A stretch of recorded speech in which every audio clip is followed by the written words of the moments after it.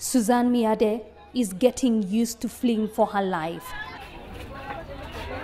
When ethnic violence rocked this city in December 2013, she and her family gathered what they could and took refuge in another part of Bangui. 3 weeks ago, they went through the same ordeal again. All I could hear were gunshots and people shouting, "Everyone leave, the Muslims are coming." So we left and came here. 2,000 people in this suburb have a similar story to tell. And across Bangui, an estimated 40,000 are effectively refugees in their own city. Well, despite the deplorable conditions in camps like this, these people tell me they feel much safer staying here than going back to their homes under the current situation.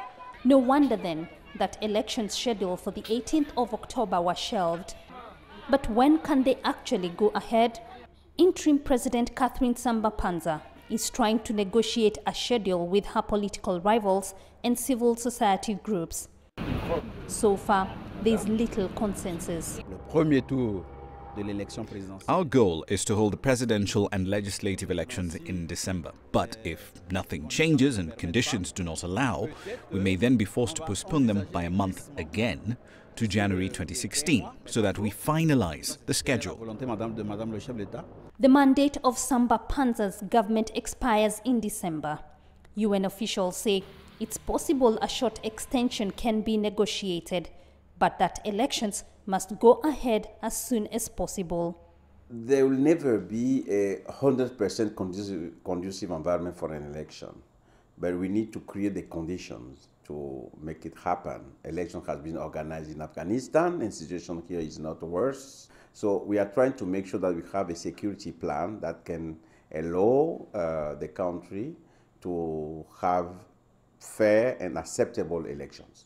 The chief threat remains rival militia, one Christian, one Muslim. The UN in recent days has warned there is a deliberate attempt to destabilize Bangui and that it's bracing for more violence. For the likes of Suzanne Miade, an election is some way down her list of priorities. It would be enough for her to be allowed to go home. Jean C.A.R, CCTV, Bangui, in the Central African Republic.